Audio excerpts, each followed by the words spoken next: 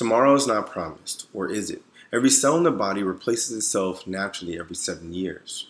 From our bones to our skin, our lifestyle choices promote or stagnate the process.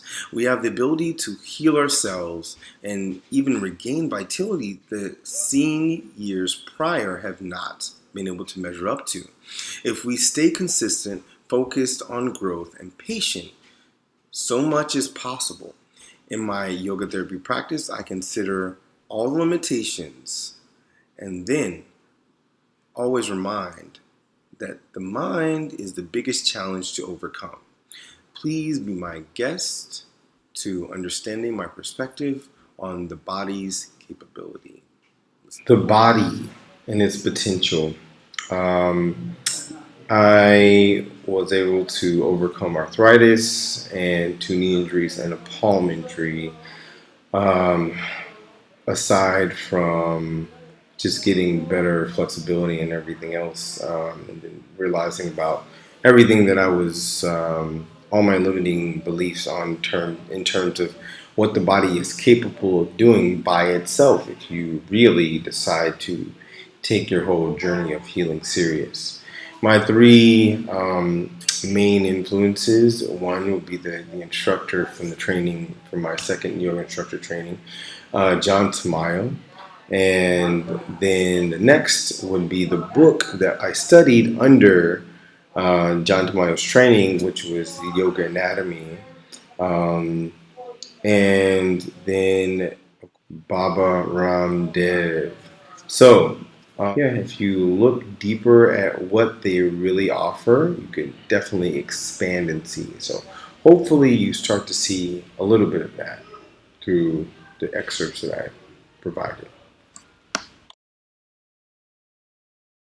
The word Atma means self, and the word Ananda means bliss, self-bliss.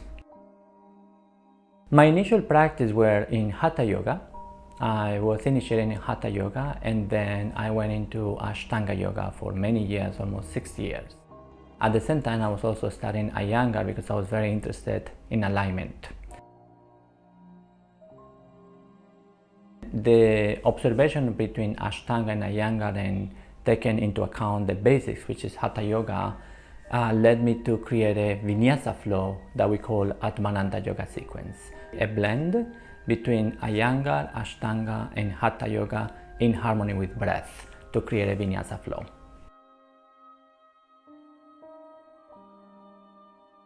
Separate your feet 3-4 inches apart. Hold the right toe into a yogi toe lock. As you inhale, bring the right foot forward and up into one leg standing, balancing pose. Utthita Hasta Parangustasana. Right leg straight to the front, right hand to the hip. Keeping both hands to the hips. 1. Flex the right foot. 2. Right leg straight. 3. Bend the right knee, reach inside the right ankle behind. Bring the left hand up to the heavens. Kicking the right toes up. Move the left hand forward. Look at the floor or look at the front. Lift the right toes. 1. Bring the right toes higher. 2. Press the left foot flat. 3. Breathe into the nose. Inhale, gentle back, right foot to the left, inner tight. Namaste and prayer pose. Bring the hands up to the heavens. Open the arms along with the shoulders. The arms are straight. The spinal cord is straight. The left foot is flat with the left leg straight. You're paying attention. You have a strong intention. You have a strong, powerful determination, and you develop in concentration. Attention, intention, determination, and concentration will lead you into what is called meditation. And it's through meditation that you will find the perfect pose. You find your place of stillness. Inhale, hands up. Namaste. Ground right foot, shaking the left leg. The important things of understanding the movement comes from the understanding of the breath. And the understanding of the breath comes from understanding of the mind itself. When you synchronize thinking, breathing, and moving at the same time, you can experience absolute freedom because the mind is directly connected with the time and the body is directly connected with the space. When you understand the mind and the body, you are connecting directly with time and space. And as you learn to understand the mind and the body, you learn to transcend time and space.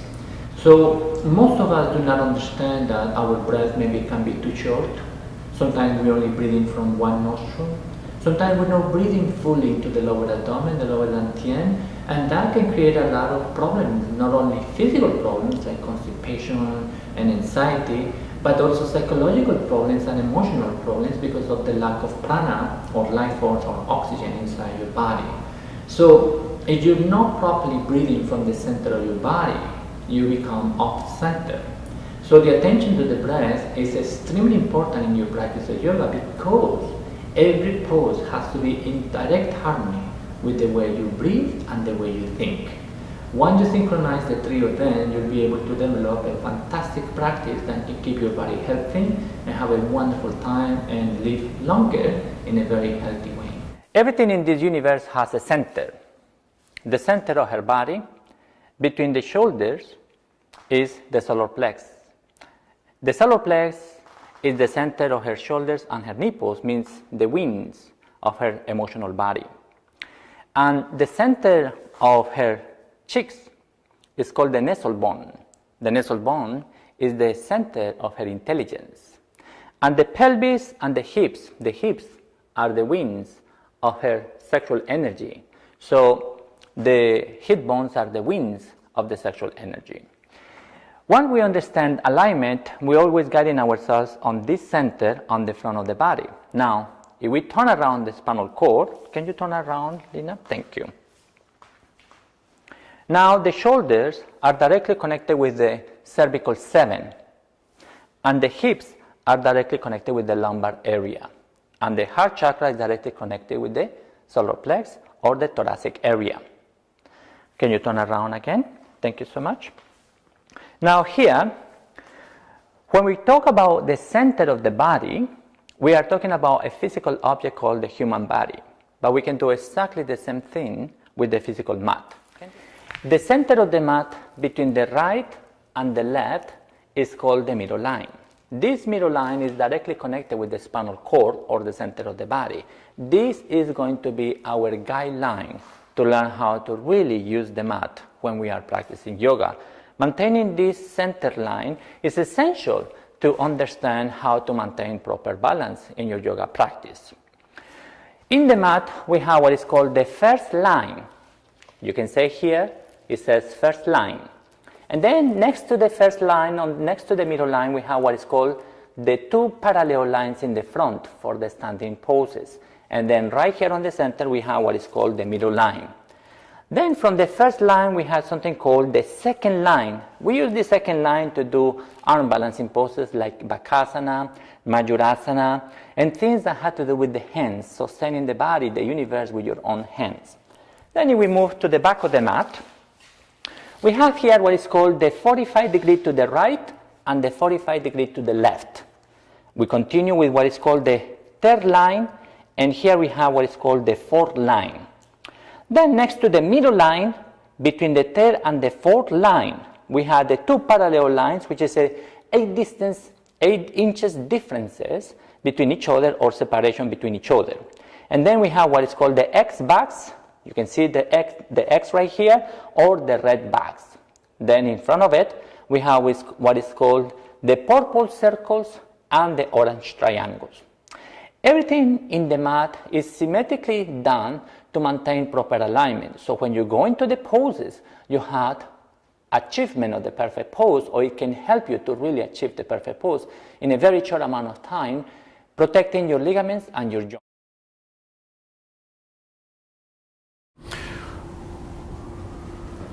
When we start to destabilize the joints that should be stable and overstabilize on the joints that should be mobile, we develop, and we do that consistently over a long period of time, the body runs out of its ability to adapt to that. And it tells you that it's losing that ability to adapt by sending you messages of discomfort. Now, it's really important to say that not all discomfort we experience in yoga practice is telling us to stop doing what we're doing. In fact, we have to learn to discriminate between the messages that say, oh, I can't take this for another second, and you actually can, and you can safely, because that's that barrier, that holding, that resistance that the practice is showing you about yourself. So there's a difference between those kinds of signals of discomfort and the ones that we really should pay attention to. So I think the real question is, how can we learn to discriminate more between the messages that are saying stop and you should stop, and the ones that say stop and you go, no. Right? I can keep going. And that's what this great definition of asana that we get from Patanjali is telling us. It's chira sukhasasanam, that there can be strength without rigidity, and there can be flexibility without instability. There can be, as Jessica Char likes to say, alertness without tension and relaxation without dullness. There can be all of these things, but it requires attention, it requires discrimination, and it also requires us to never put ourselves on automatic pilot and think that we know, because our bodies, like everything else in the universe, are constantly changing. So what may have been safe yesterday to do, for whatever reason today may not be safe, especially as you get older. And you know what? We are all getting older. Everyone, welcome to the Savannah Podcast. I'm your host, Ashton Sebo. Today's show is all about yoga and the breath, and I'm really excited about our guest, Leslie Kaminoff. He's the go-to guy in the yoga world for anatomy. He has over 36 years of experience in this field. He's the author of Yoga Anatomy, which is by far the most popular yoga book out there, having printed over 500,000 copies. He's the founder of the Breathing Project, which is a nonprofit educational corporation dedicated to the teaching of individualized, breath-centered yoga practice and education. And he teaches at yoga schools and on trainings all over the world. We're really lucky to have him on the show today. Leslie, welcome. And one element that I notice a lot that is missing is the breath, other than perhaps like the token, like everyone take a nice deep breath sort of cues. Why do you feel breath is so important, not only in an asana practice, but to yoga as a whole? Well, to quote my teacher, TKV Desikachar, if what you're doing in your practice doesn't include the breath, then that practice really isn't yoga. Because yoga, asana practice bears a certain similarity to certain other things we do with our body, whether it's stretching or calisthenics or even some forms of dance or Pilates. A lot of different things move the body in different positions and in different ways. And yoga certainly does that as well. But what makes it yoga, at least from my standpoint and the standpoint of the teaching tradition I'm connected with, is that the mind and the body are being joined in this activity through the vehicle of the breath.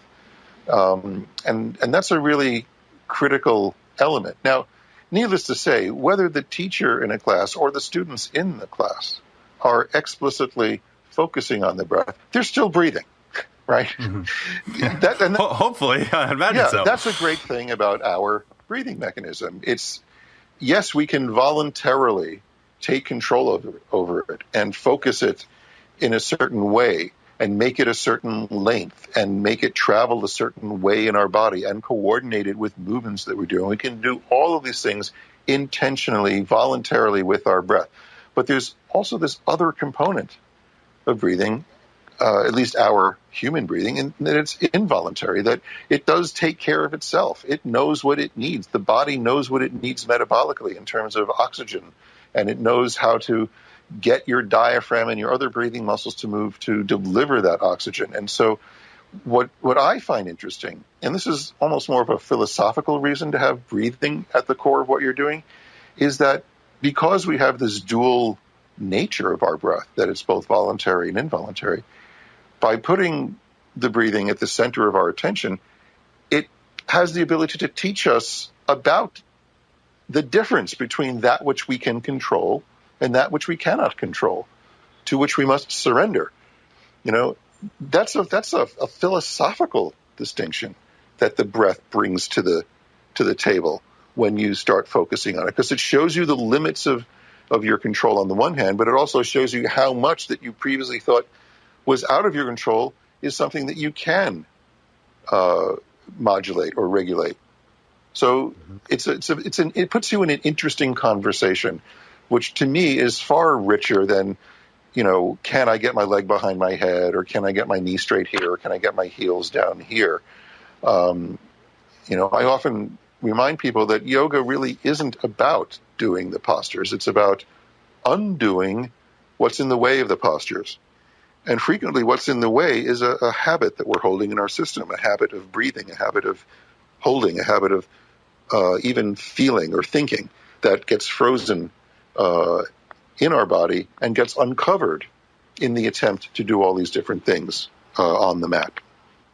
Now, a lot of habits, kind of as you say, are as well as things like flexibility in our range of motion, are in many senses governed by the nervous system. And it's something that we're kind of is coming into the field of yoga even more as Western science continues to blend in, where it's not just this mechanical yank on either end of a tissue and it's going to get more flexible, but it's a more integrated system with the nervous system.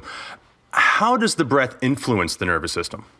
In a variety of ways. And you alluded to Jules Mitchell's work there, which I assume you had in the back of your mind when you were talking about yanking on either end of a muscle.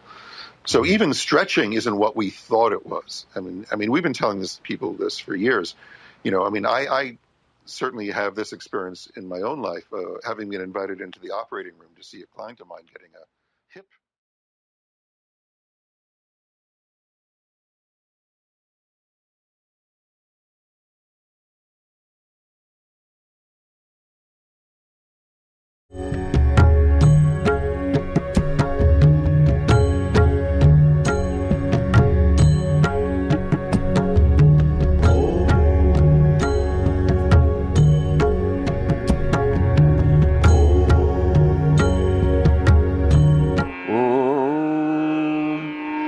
Shanti, Shanti, Shanti.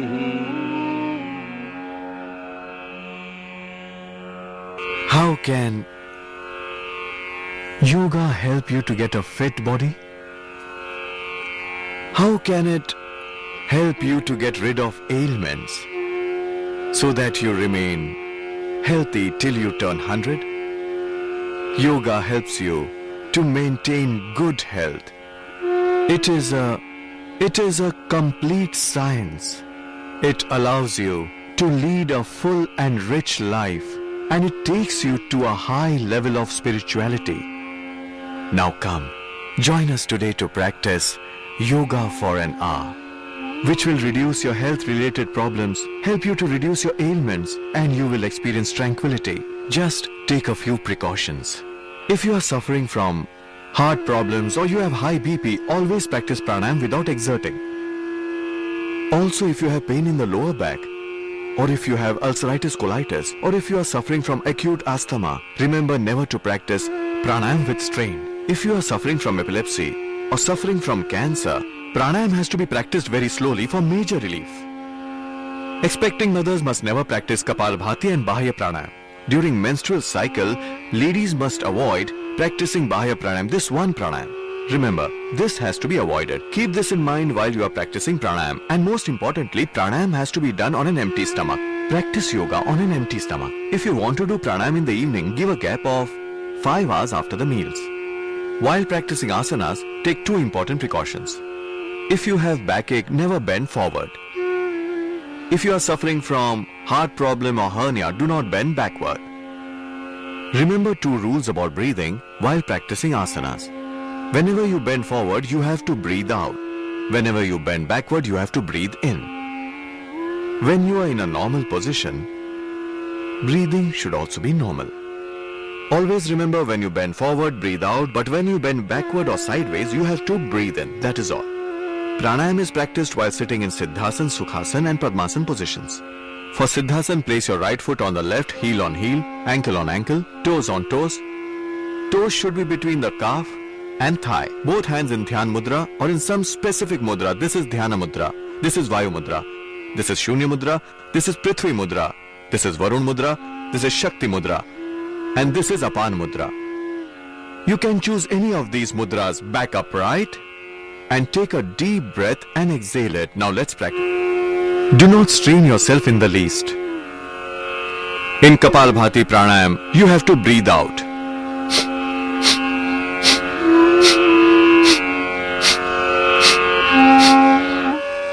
There are 7 pranayams, 7 exercises and 7 asanas.